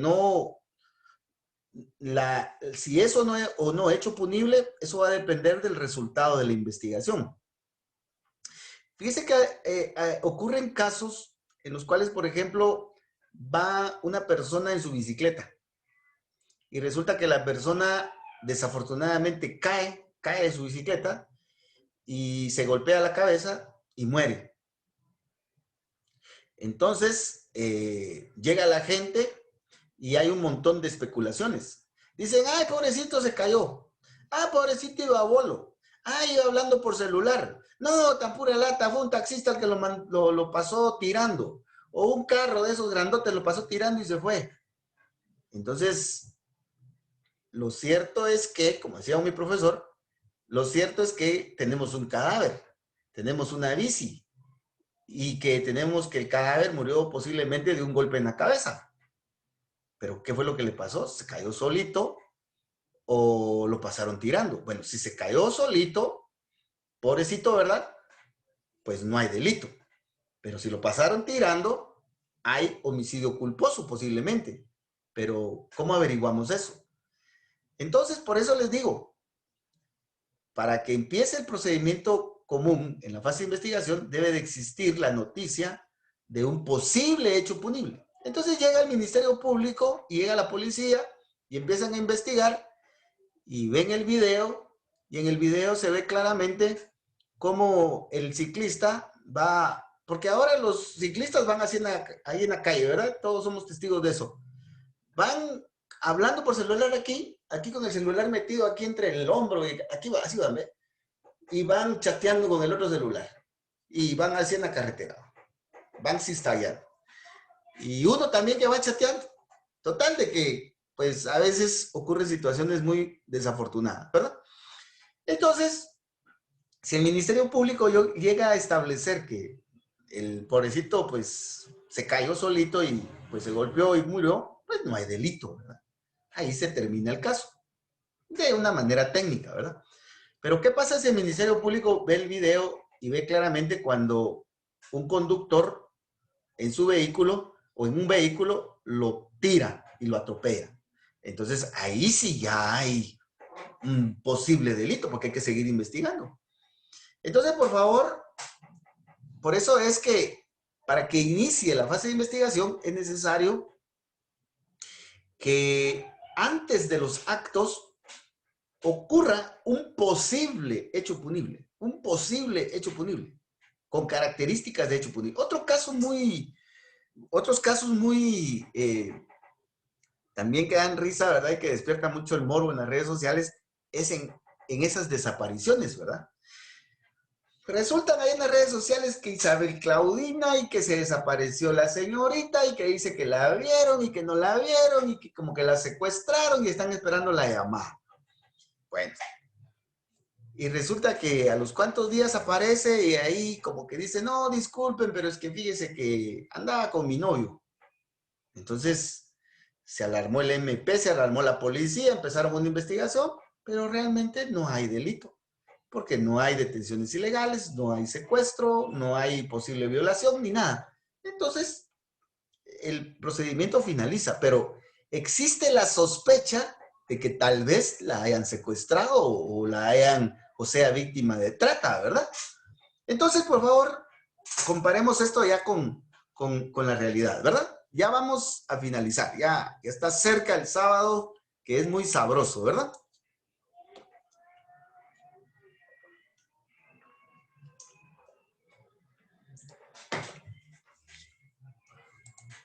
Bueno, entonces, por favor, veamos que el principio de imperatividad, perdón, el principio de ¿qué? De posterioridades, artículo 6, lo tenemos claramente acá, ¿verdad? Para que haya una denuncia o para que haya una querella o una prevención policial o un conocimiento de oficio, antes debe de existir la noticia de un posible hecho punible que necesita ser investigado. Fíjese, Lick, que esa denuncia es falsa. Esa denuncia es falsa. Fíjese que la señora, como su esposo es un poquito travieso porque se parrandea todas las semanas, jueves, viernes y sábado, y cuando llega ebrio, abusa sexualmente de ella, y aparte la golpea y la trata mal. Entonces, la señora, esta vez presentó una denuncia, pero realmente el señor no estaba aquí, es una denuncia falsa. Y entonces el Ministerio Público empezó a averiguar y se dio cuenta que la denuncia era falsa. O la policía se dio cuenta que la denuncia era falsa. Entonces viene el Ministerio Público y la policía le dice, mire señora, ¿y por qué usted dice que el sábado le pegó su conviviente? Si mire, su conviviente anda en Quetzaltenango trabajando. Entonces lo que usted nos vino a decir es falso. Entonces, promover una denuncia falsa, ¿qué es? Es delito. Es delito. Va. Miren, aquí hay, para que nos quedemos estudiando todo el sábado, pero ustedes se me cansan. Se me cansan, entonces tengo que reducir mucho esto. Busquemos la denuncia falsa. La denuncia falsa. Un hecho que no existe. ¿Ya? Es que, por ejemplo, va pasando una persona y ve que en la tienda entra un adulto, un patojo, un joven adulto, saca una pistola y empieza a asaltar al chino, al dueño de la tienda. Entonces uno dice, ay, están asaltando en la tienda, me voy a quejar a la policía. Pues uno vio el hecho y el hecho sí existe, lo que pasa es que hay que investigarlo. La persona va en la calle y se va dando cuenta que están jalando a una mujer para meterla a un vehículo. Y uno dice, híjole, como que están secuestrando a esta persona y me voy a quejar a la policía. Llega la policía y dice, disculpen, aquí están secuestrando a una persona. No, es que fíjese que solo la estaba ayudando para que entrara el vehículo, pero no la estamos secuestrando. Aquí no está pasando nada, señor. No está pasando nada, señor policía. Y viene la víctima, supuesta víctima, y dice, no, no hay ningún problema, él vio mal. Ah, bueno, pero yo había visto eso. Disculpen, pues, disculpen. Pero el hecho de alguna manera existió, pero ¿qué pasa si realmente el hecho, pues, es totalmente falso? Porque la señora, ya cansada de tanta violencia, pues no se le ocurrió otra cosa más que inventar que su conviviente la estaba golpeando y lo fue a denunciar. Veamos, por favor, el artículo 455. Solo permite.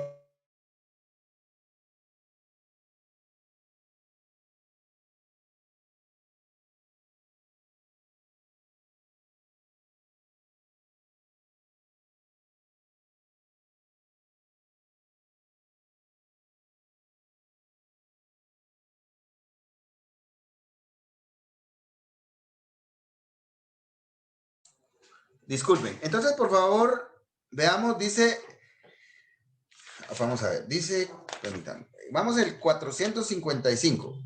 Acusación y denuncias falsas, dice 453. Quien imputare falsamente a alguna persona hechos, si fueran ciertos, constituirían delito, ¿ya?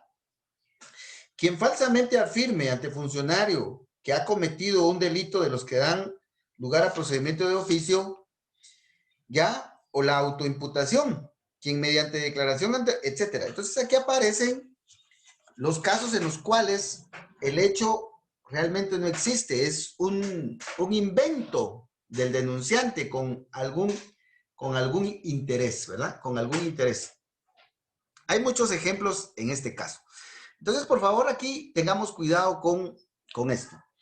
Bueno, para ir avanzando entonces, porque hay mucho que hablar, pero tenemos que seguir, es importante que en la realidad ocurra un hecho con características de delito. Entonces, enseguida les voy a mostrar un pequeño videíto en donde hay un hecho punible, ¿verdad? Ya para ir finalizando, no se me desesperen. Ya para ir finalizando, veamos,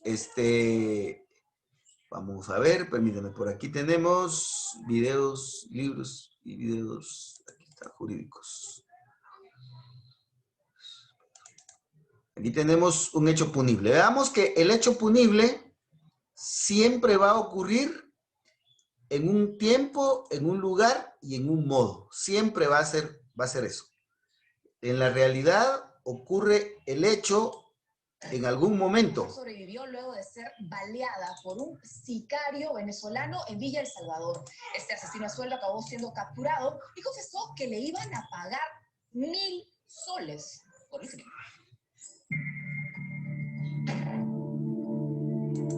¿Se escucha, compañeros? ¿Y se ve el video? Sí, se mira, Alex, se mira. ¿Se escucha? Ah, muy bien. Lo que quiero ilustrar aquí es que ese hecho que debe de ocurrir antes de los actos introductorios debe de ser real. Debe de ser real. Y un hecho real ocurre en un tiempo, en un día, en una hora, en un minuto, en un segundo, en algún lugar y de un modo. ¿Ya? Eso es lo que necesito que veamos aquí con este videito. Se los voy a empezar. Y una mujer sobrevivió luego de ser baleada por un sicario venezolano en Villa El Salvador. Este asesino a sueldo acabó siendo capturado y confesó que le iban a pagar 1.000 soles por el crimen. Este es el escalofriante ataque a una mujer en una calle de Villa El Salvador. Un supuesto escolar le viene siguiendo los pasos cuando saca un arma y le dispara la bala, que no le cae a la agraviada. Pero voltea y se ve frente a frente con este presunto sicario, quien le vuelve a disparar en la pierna. Esta vez el proyectil impacta a la víctima y cae al piso. Es entonces que este criminal se acerca a Rosa Flores, de 34 años, la víctima, y rebusca sus bolsillos. Luego de conseguir lo que quería, huye. Pero este sujeto no era un escolar, se trataba de un presunto asesino a sueldo venezolano de 18 años, identificado como Cristian André Torres Garay. Luego del feroz ataque, la policía lo capturó y lo hizo confesar. ¿Te iban a pagar por matarla? ¿Cuánto te iban a pagar? 1.000 soles por matarla. ¿Le has disparado a la chica? En la pierna. ¿Te ha herido de bala? Sí, en la pierna. ¿Qué tiempo venía haciendo el seguimiento de esa persona para matarla? 4 días. 4 días. 4 días. Tras confesar que había sido contratado para asesinar a Rosa Flores, la policía inició una investigación para conocer quiénes habrían pagado los 1.000 soles para acabar con la vida de la mujer. Su poder se encontró un arma de fuego, una pistola calibre .380, con la que habría realizado hasta 3 disparos contra la vida de la persona. Han empleado un vehículo negro, aparentemente 4 ciudadanos venezolanos, y han utilizado un dron, el mismo que fue hallado en el techo de un domicilio próximo al lugar donde se produjo el atentado. Luego recuperar el celular de la señora, este es el celular del delincuente y es el arma que se ha encontrado en su poder con munición calibre .380. Torres Garay, al ser capturado, portaba, además de su arma, 4 municiones más.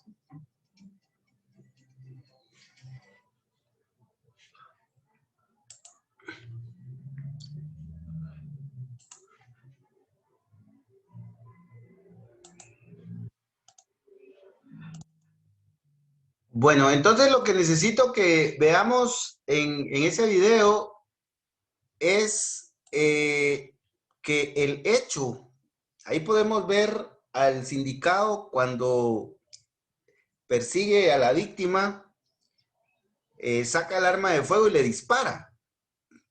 Y le acierta unos disparos, aunque afortunadamente pues no le causa la muerte. Pero lo que quiero que veamos, por favor, es que ese hecho que tiene las características de ser un hecho punible, puede ser femicidio en grado de tentativa, asesinato en grado de tentativa u homicidio en grado de tentativa. Ese hecho ocurre en un tiempo, en un día, en una hora y en un minuto determinado. Pero también ocurre en un lugar. Podemos observar cómo el hecho ocurre enfrente de una casa, en una banqueta, ¿verdad? Y de un modo. ¿Cuál es el modo? El sujeto sigue a la víctima, porta un arma de fuego, saca el arma de fuego, ve a la víctima y le dispara. Entonces, el hecho para ser punible o para que tenga características de punible debe ser un hecho real que ocurra en el ámbito de lo fáctico, en el ámbito del mundo objetivo. Siempre van a coincidir en que sea en un momento determinado, en un lugar determinado y de una forma determinada. Este es un hecho real. No debe de ser un hecho inventado, no debe de ser un hecho imaginario, ¿ya? Por ejemplo, si una persona va a denunciar que en la calle, una señorita va a denunciar que en la calle la vio un sujeto y que la vio con la intención de abusar sexualmente de ella. Entonces, ese hecho pues no existe porque no es real, no se dio en un tiempo, en un lugar y un modo, y puede ser producto de la imaginación de la persona, por ejemplo, ¿verdad? Entonces, el hecho debe de ser real, ¿verdad? En un tiempo, en un lugar y en un modo. Pero eso es algo que se debe de establecer a través de la investigación. Hay casos como, por ejemplo, este que vimos en el video de este caso venezolano, en donde pues es bien evidente, es muy evidente que sí hay un hecho punible, ¿verdad? No es muy complicado, pero hay casos en los cuales es difícil determinar si realmente el hecho ocurrió, por ejemplo, ¿verdad? Si el hecho ocurrió, ¿ya? Y esto pasa muchas veces con las relaciones sexuales consentidas.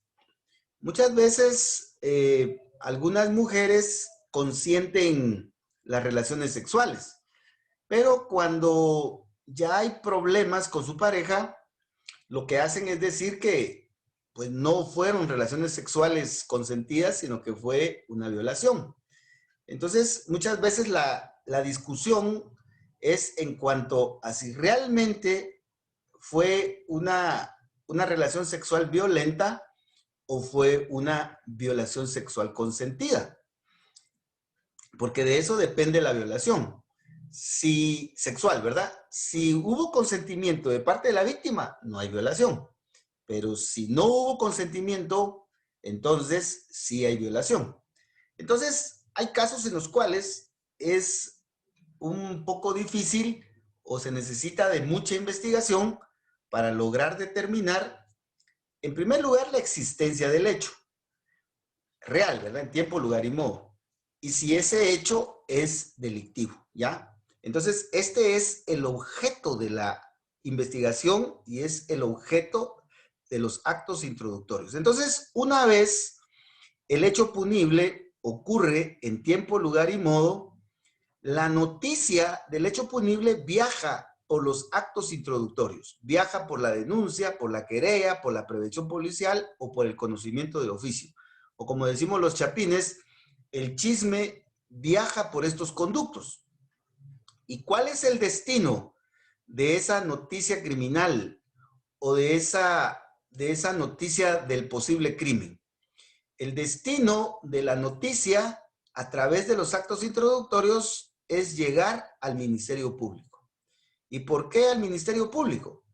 Porque el Ministerio Público es el que debe de investigar, es el encargado de la investigación, dice el Código Procesal Penal, es el encargado de la preparación de la acción penal y pública, ¿ya? Entonces, por eso es que esa noticia criminal finalmente debe de llegar al poderosísimo MP, porque él es el encargado oficial de la investigación, ¿ya? Entonces el Ministerio Público va a investigar de acuerdo a toda la teoría general de la prueba, a cada uno de los medios de investigación en particular y de acuerdo a las técnicas de criminalística y criminología que sean necesarias. Pero antes de hablar de la investigación que debe realizar el Ministerio Público, debemos recordar un poco lo relacionado a los actos introductorios. ¿Qué caracteriza la denuncia, a la querella, a la prevención policial y al conocimiento de oficio? ¿Cuál es su fundamento legal y cuáles son sus diferencias? Eso es lo que nos puede preguntar el examinador en el examen técnico profesional, ¿verdad? Y es precisamente lo que vamos a repasar un poco antes de finalizar. Veamos, por favor, vamos a ver, por aquí tengo la diapositiva. Actos introductorios, aquí está. Entonces, los actos introductorios,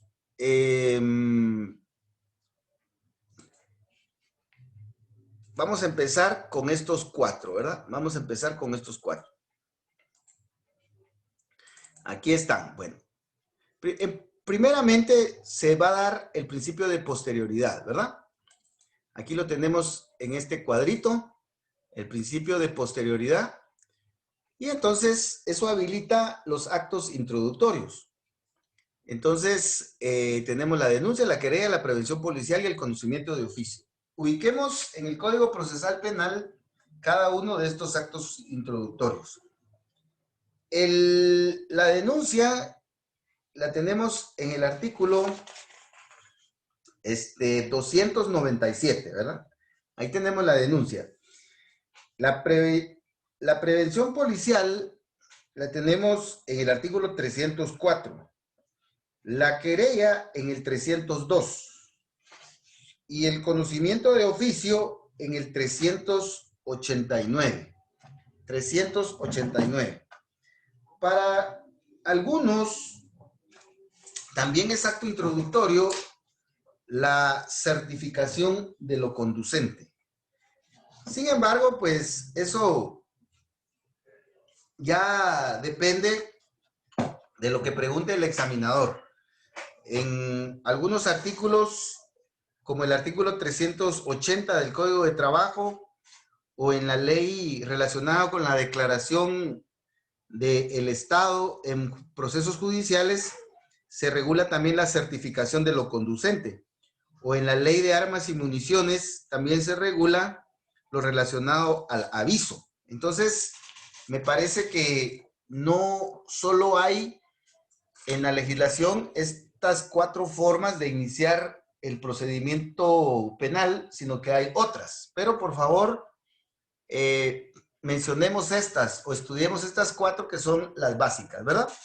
Bueno, ¿qué es lo que caracteriza a la denuncia? Lo que caracteriza a la denuncia es que el denunciante puede ser cualquier persona, siempre que se trate de un delito de acción pública. Bueno, ¿cuáles son los delitos de acción pública? Regresemos, por favor, al artículo 24 del Código Procesal Penal. En el artículo 24, ahí tenemos la clasificación de los delitos, ¿verdad? Y ahí tenemos los delitos de acción pública, que son los más graves. Los delitos de acción pública dependiente de instancia particular son menos graves, que están en el artículo 24. Y los delitos de acción privada los tenemos en el artículo 24, 4, ¿verdad?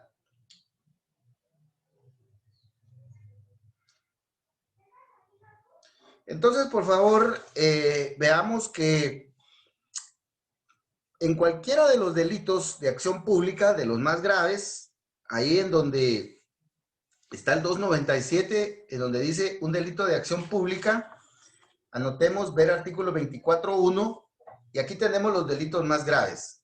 Tenemos el asesinato, el secuestro, el narcotráfico, etc. Entonces, el denunciante, cuando se trate de un delito grave, puede ser o debe ser cualquiera. Debe ser cualquiera. El que tenga conocimiento de un hecho de estos de acción pública debe de denunciar, está obligado a denunciar. Ahora, cuando se trata de un delito de acción pública dependiente de instancia particular, puede denunciar el afectado, ¿verdad? Estamos en el artículo 24 ter, dice, para su persecución por el órgano acusador, dice, del Estado dependerá la instancia particular, ya salvo que medien razones de interés público en los siguientes delitos. Y ahí aparecen todos los delitos. Lesiones leves, por ejemplo. La acción para perseguir los delitos a que se refiere este artículo será de acción pública cuando fueren cometidos por funcionario o empleado público en el ejercicio de su cargo. En caso de que la víctima fuere menor o incapaz, la instancia particular podrá efectuarla quien sea su representante legal. La instancia de parte obligará a la acción pública. Entonces, por favor, veamos que en los delitos como amenazas, allanamiento, etcétera, el denunciante debe de ser el afectado. Pero hay casos en los cuales se puede convertir en acción pública. Entonces, por favor, veamos aquí quién puede ser el denunciante. Ahora, en los delitos de acción privada del artículo 24, esos no inician con denuncia. Esos delitos solo se persiguen mediante la querella, pero eso es lo que vamos a ver más adelante. Entonces, por favor, ¿quién puede ser el denunciante? Si se trata de delitos de acción pública, cualquiera. La querella, ¿quién puede ser el querellante? El afectado, la víctima, el agraviado. ¿Y quién es el afectado o el agraviado? Esto fue reformado recientemente y por favor consultemos el artículo 116 y 117. Y también, por favor, veamos en el caso de la prevención policial. ¿Quién es el que presenta la prevención policial? Pues la prevención policial la presenta la Policía Nacional Civil, artículo 304. Y el conocimiento de oficio es el mismo Ministerio Público, ¿ya? El mismo Ministerio Público. Entonces, por favor, aquí debemos de identificar quién puede denunciar. Eso va a depender del delito y de la acción a la que pertenezca el delito. ¿Quién puede presentar querella? ¿Quién está habilitado a presentar una prevención policial? ¿O cómo puede iniciar el funcionario el conocimiento de oficio, ¿verdad? Ahora veamos en la denuncia. Fíjense que en la denuncia dice que la denuncia para delitos de acción pública es obligatoria, dice, es obligatoria. Pero ¿qué pasa si no se denuncia? Si yo no cumplo con mi denuncia, yo me hago el desentendido. Yo me estoy dando cuenta que se están agarrando el dinero de una institución pública y no denuncio. Entonces, por favor, apunten ahí que el no denunciar también implica comisión de delito. Veamos el artículo 457 del Código Penal. Entonces, por favor, ahí donde dice denuncia, dice cualquier persona deberá comunicar por escrito o oralmente a la policía o al tribunal o al MP la comisión de un delito. Pero entonces anoten ahí, si no denuncia, puede cometer el delito de omisión de denuncia. Artículo 457 del Código Penal, ¿verdad? Y esta omisión de denuncia aplica tanto para funcionarios o empleados públicos como para particulares, ¿verdad? Entonces, ahí tengamos cuidado, ¿verdad? Ahora, ¿de qué forma se puede denunciar? Oral o por escrito. La querella, solo por escrito. La prevención policial, solo por escrito. Y el conocimiento de oficio, pues se debe de iniciar dejando constancia de la forma en la que se enteró el funcionario del MP. En cuanto a la denuncia, ¿ante quién podemos plantear la denuncia? Ante el juez, el Ministerio Público o la Policía Nacional Civil. La querella solo ante el juez de instancia o ante el tribunal de sentencia. La prevención policial, pues se puede presentar ante el Ministerio Público o ante el juez. Y el conocimiento del juicio, pues es el fiscal el que lo inicia, ¿verdad? Ahora veamos las formalidades. ¿Qué formalidades se deben de seguir para la denuncia? 299. Para la querella, 302 y otros que vamos a ver más adelante. Prevención policial, 304. Hay algunos detalles en relación a la denuncia y algunas personas que pues tienen algunas características especiales en relación a la denuncia que vamos a ver después, pero les solicito que puedan adelantar sus lecturas para que puedan llenar este cuadrito, ¿verdad? Para diferenciar la denuncia, la querella y la prevención policial. Entonces lo vamos a dejar por acá por razones de tiempo y en la próxima sesión pues vamos a estudiar todo lo que es la teoría de la prueba y los medios de prueba en particular, también la teoría de la verdad, que es muy importante, y ya vamos a empezar con algunos detalles en relación a las audiencias, a la audiencia solicitud de orden de aprehensión y también a la primera declaración, que hay muchos detalles ahí que debemos nosotros de tomar en cuenta, de recordar o de tener claros, ¿verdad? Entonces, si no hay preguntas, yo les quiero agradecer bastante su atención, pasen un feliz descanso y nos miramos el día lunes. Ya les envié las diapositivas de ayer y el video también ya lo subí. Entonces espero hoy en la tarde o más tarde mañana subir este video y enviarles las diapositivas para que puedan tener material de estudio. Entonces nos miramos el día lunes, si Dios así lo permite, con derecho penal. Empezamos con la ley penal, creo ya, ¿verdad? Bueno, feliz fin de semana, que descansen. Igualmente, Lick, cuídese. Gracias. Que gane el Cobán. Con 2-0. Mínimo, mínimo. Toda la vida, diría la canción.